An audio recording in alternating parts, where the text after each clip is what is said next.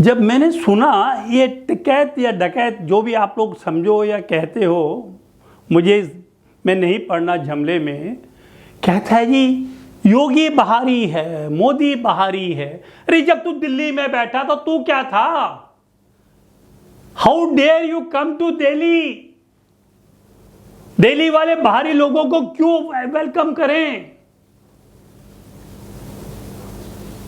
ये कौन सी बाणी बोल रहा है? इसने संविधान नहीं पढ़ा क्या? इसको हिंदुस्तान की बाउंड्री का नहीं मालूम क्या? क्या एक सिटीजन ऑफ इंडिया को यूपी में जाने का, इलेक्शन लड़ने का अधिकार नहीं है क्या? अगर अपना नाम वहां रजिस्टर कराता है तो ये बता दे कहां से इलीगल हुआ है। इसकी हिम्मत कैसे हुई लोगों को मिसगाइड करने के लिए? एक ऐसा गलत फहमियां पब्लिक में डाल करके ये डकैत साहब कौन सी डकैती मानना चाहते हैं?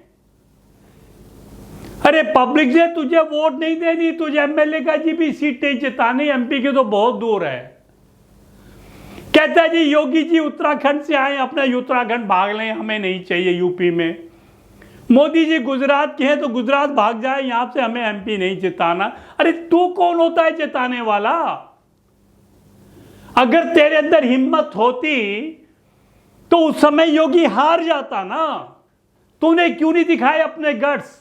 अब तू खड़ा होकर के झूठ पे झूठ बोलता है, पब्लिक को बरका रहा है कि ये बाहरी है, ये बाहरी है, इसको यूपी में नहीं आना चाहिए, उसको। अरे तू ये तो बता ओबीसी को क्यों बुला रहे हैं तुम? ओबीसी क्या तेरे फैमिली मेंबर है क्या? तेरा दामाद लगता है क्या वो कैसे आगे यूपी में इलेक्शन लड़ रहा? अगर तुझे कहना है बाहरी तो ओबीसी को बोलना ये बाहरी है। जो देश का प्राइम मिनिस्टर है उसको तू कहता बाहरी है, तो क्यों कहता है ये मैंने योगी को, मोदी को हराना है, मोदी को उखाड़ फेंकना है? ठीक है, तेरा कोई धर्म नहीं, तेरा कोई ईमान नहीं, तू बेपेंदी का लोटा है। तुझे कोई भी पैसे देके कुछ भी बुलवा ले, ना तू किसानों के हित में है, ना किसानों के लिए काम कर रहा है।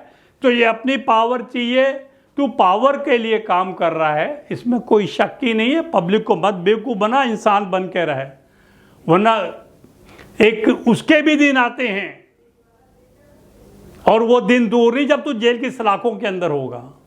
मैं SD बिनलेश, एडवोकेट फ्रॉम दिल्ली। आशा करता हूँ आप सब कुशल होंगे, मंगल होंगे और सुखी होंगे।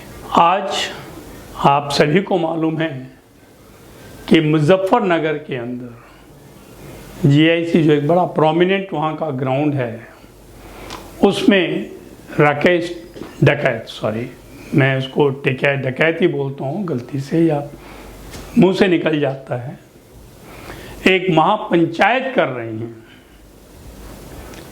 उनका कहना ये है, क्या मैं किसानों के लिए लड़ रहा हूं? मुझे नहीं लगा कि शुरू से आखिर तक वो कभी किसान के लिए लड़े हों। हाँ, मुखौटा जरूर किसानों का है, आड़ जरूर किसानों की है, प्लेटफॉर्म जरूर किसानों का है, पर मकसद क्या है? मकसद सत्ता हथियाने की और कुछ भी नहीं है। उनका मकसद किसानों की प्रगति या उनका वेलफेयर या उनका हित नहीं है। अगर उनका हित होता तो शायद ये टू वे कंसिलिएशन जब सरकार ने 12 अपॉर्चुनिटी दी इनको, वहां बैठ करके ये सॉल्यूशन निकाल सकते थे।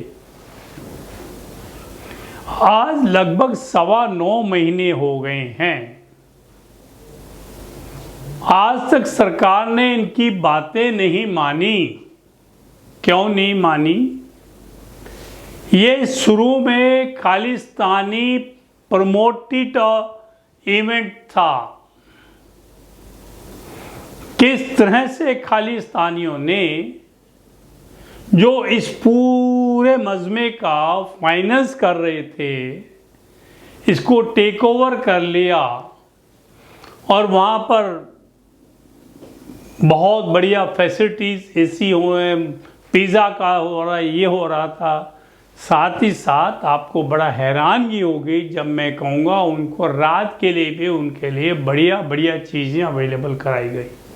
हमारा तो सर शर्म से झुक जाता है जब उन्हीं के ग्रुप से शिकायतें आने लगी कि साहब मेरे साथ इनके कार्यकर्ता ने ये किया, पूरी रात मेरे साथ ऐसा किया। कई लड़कियां आकर के मीडिया पर बताने लगी और तो और मीडिया पर्सनल के साथ इन्होंने किस तरह से व्यवहार किया ये किसी जानकार से छुपा नहीं है।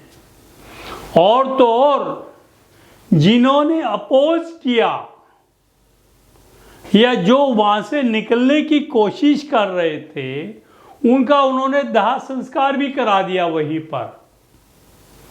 उनको इतना मौका नहीं मिला कि उनके फैमिली वाले उनको ले जाएं अपने गांव में, अपने घर के अंदर या घर के पास के शमशान में उनका दाह संस्कार कराते। साहब कितना बढ़िया इन्होंने स्लोगन दिया, आप तोड़ोगे हम जोड़ेंगे। क्या तोड़ागा और क्या जोड़ रहे हैं एक आम आदमी की, या एटलीस्ट मेरी समझ में नहीं आता। अगर मुजफ्फरनगर से किया हुआ नरसंहार के विरोध में आवाज उठाई गई थी तो क्या वो तोड़ना कहलाता है? और ये सत्ता हथियाने के लिए अपने साथ लाल हरे टिड्डों को लेकर चले तो ये क्या जोड़ना कहलाता है? क्या कभी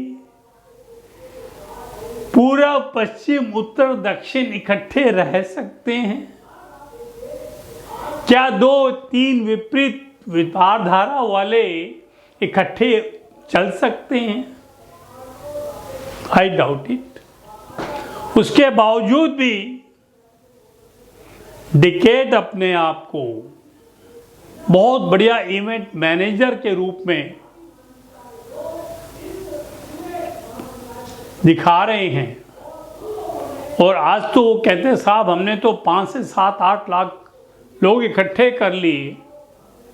और मैं पूछता हूँ भाई आपके लोकल से, पंजाब से, केरला से, जो उनका कहना है तमिलनाडु वगैरह वगैरह से बुलवाए हैं, और उनमें से कितनों को फंडिंग करी आने जाने की, वो तो जरा बता दो पब्लिकली स्टेज पर। क्यों आप पब्लिक को गुमराह कर रहे हैं किसानों के नाम पर?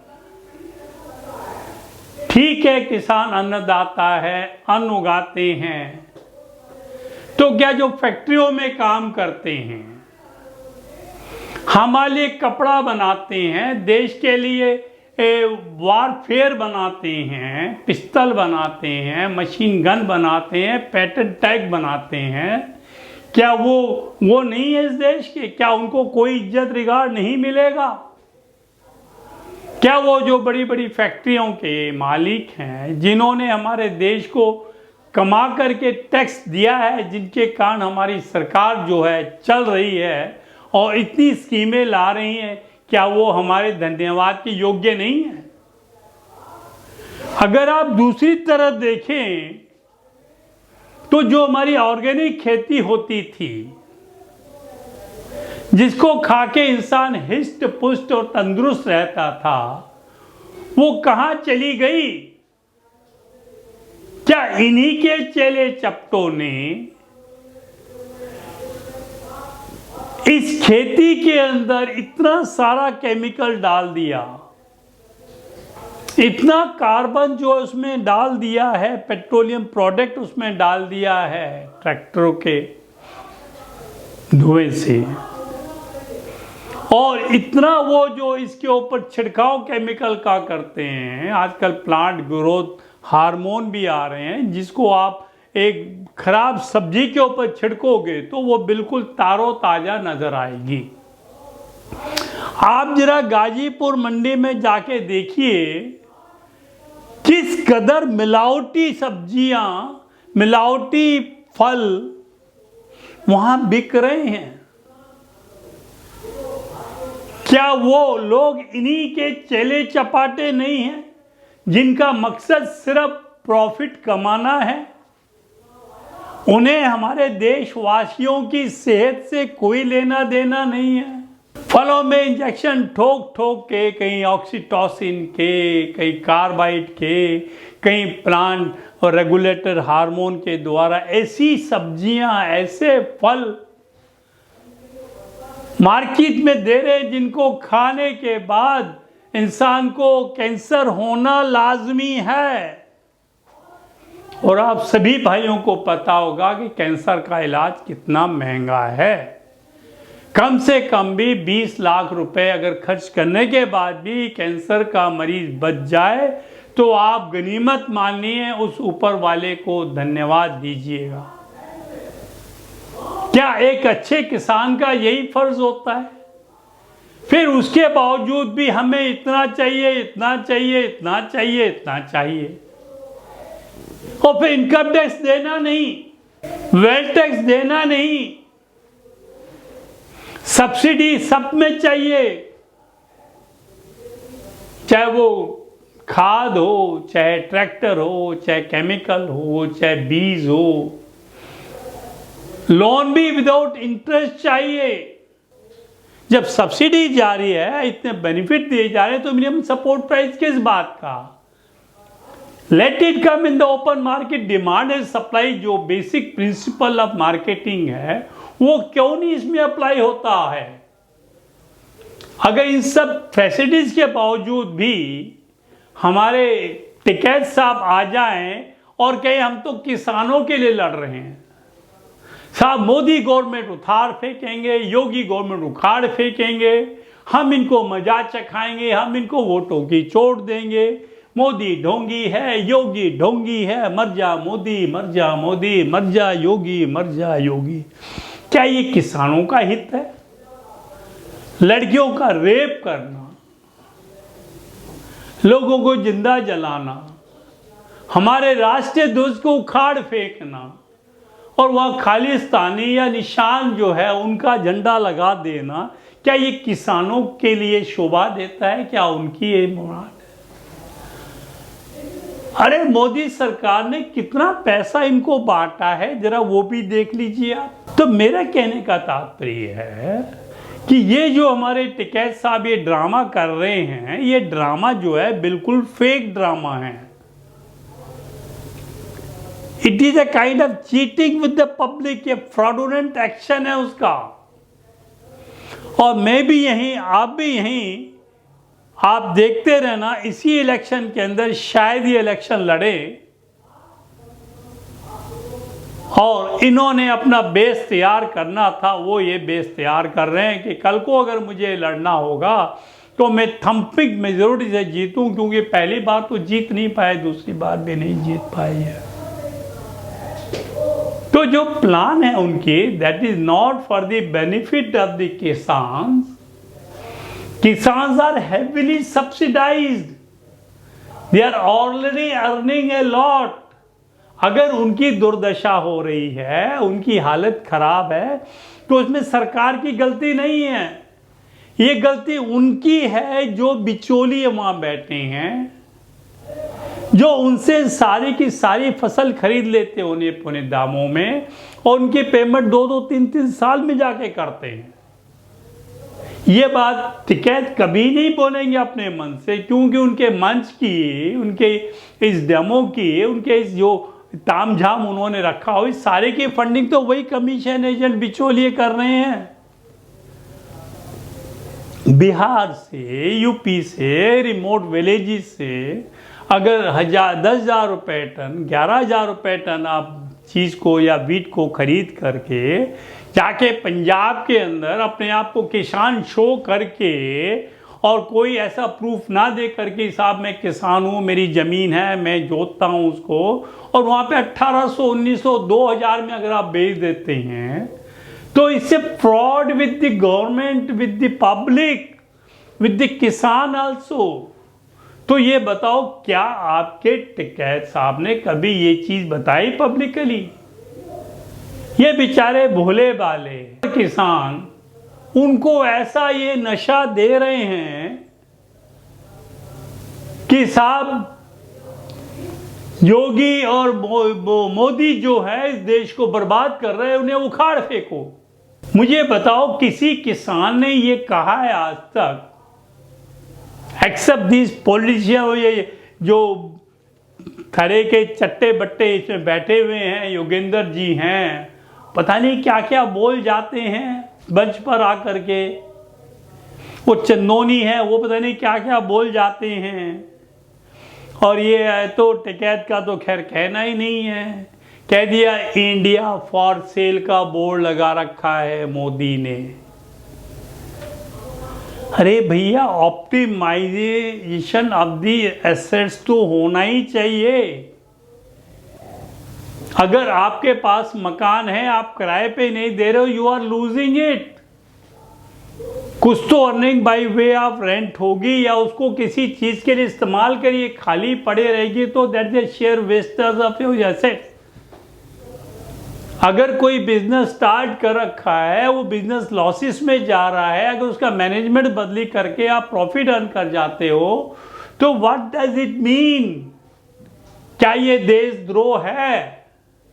हमारे टिकैत जी कहते हैं साहब मोदी तो देशद्रोह बना हुआ है, देशद्रोही है, असली मुकदमा तो उस पर चलना चाहिए। हिंदुस्तान को उसने फॉर सेल का बोर्ड लगा दिया है। वो बंदरगाह बेच रहा है, इंश्योरेंस को बेच रहा है, ट्रांसपोर्ट को बेच रहा है, रेलों को बेच रहा है, बैंकों को बेच रहा है, पता नहीं क्या क्या बोल जाते हैं हमारे टिकैत जी। अगर उनको वाकई में वो समझते हैं ठीक है, तो थोड़ा सा जो इंटेलिजेंस जो लोग हैं, जो पढ़े लिखे समूह, उनको तो लेके आए अपने उसमें। दारू की बोतलें देख करके लोगों पैसे के बल पे इकट्ठा करके डेमोन्स्ट्रेशन तो हमेशा होता रहा इस देश के अंदर। एक डेमोन्स्ट्रेशन करना हो तो वहां पर ऑक्शन होता है, साहब 5 करोड़ दीजिए, हम डेमोन्स्ट्रेशन करा देंगे, 10 करोड़ लगेगा, इतने आदमी आएंगे, 20 करोड़ दोगे तो इतने आदमी आएंगे। तो क्या ये जेन्युइन डेमोन्स्ट्रेशन है या एक फेक डेमोन्स्ट्रेशन है? It has to be seen. तो मेरा आप सबसे यही निवेदन है कि जो भी इलेक्शन 2022 में आने वाले हैं, ऐसे बंदों को जो कि किसानों के नाम के ऊपर देश को बदनाम कर रहे हैं, गवर्नमेंट को बदनाम कर रहे हैं, चलती गाड़ी में रोड़ा अटका रहे हैं, इनको बिल्कुल बाइकआउट करिए आप। इन्हें भूल के भी वोट मत दीजिएगा। ये जाट, ये ब्राह्मण, जिनको एक तरफ मायावती खींचने की कोशिश करती है, दूसरी तरफ आपके अखिलेश जी खींचने की कोशिश कर रहे हैं, हर डिस्ट्रिक्ट में पंचायत बना रहे हैं, सब कुछ कर रहे हैं, और उधर आपके ओवैसी साहब भी खींचने को कर रहे हैं ओम प्रकाश बिहार के साथ में। अब एक नया एक उसमें वो प्लेयर आ गया है, वो कहता है जी मैं भी जितने भी मुसलमान हैं, माइनॉरिटी के हैं, उनको, और जो छोटे तबके के लोग हैं जिनको हम शेड्यूल कास्ट कहते हैं, उनको, और जो जाट इन सबको इकट्ठा करके मैं अपना वोट बैंक बनाऊंगा। तो जिन स्वर्णों को कोई पूछता नहीं था, आज स्वर्णों की इतनी कीमत इन्होंने कर दी है, आई एम रियली सरप्राइज्ड। तो अब आपको बड़ा सोच समझ के अपने मताधिकार का करना, और ऐसे आदमी को तो आपने जैसे हम मक्खी निकाल के दूध से फेंक देते हैं, इस तरह से इनका टोटल बाइकआउट करिए। Not a single vote should go to those persons who break the integrity of this country, which was being done in the last 70 years at the instance of the Congress government. It should not go further. और हम सब मिलके इस देश को एक पक्का, बढ़िया, ताकतवर और वर्ल्ड के अंदर अव्वल नंबर का एक राष्ट्र बनाने की कोशिश करें। यही मेरी आप सभी भाइयों से प्रार्थना है। अगर मेरा बाइट आपको अच्छा लगे तो please comment on it, share it. Thank you very much.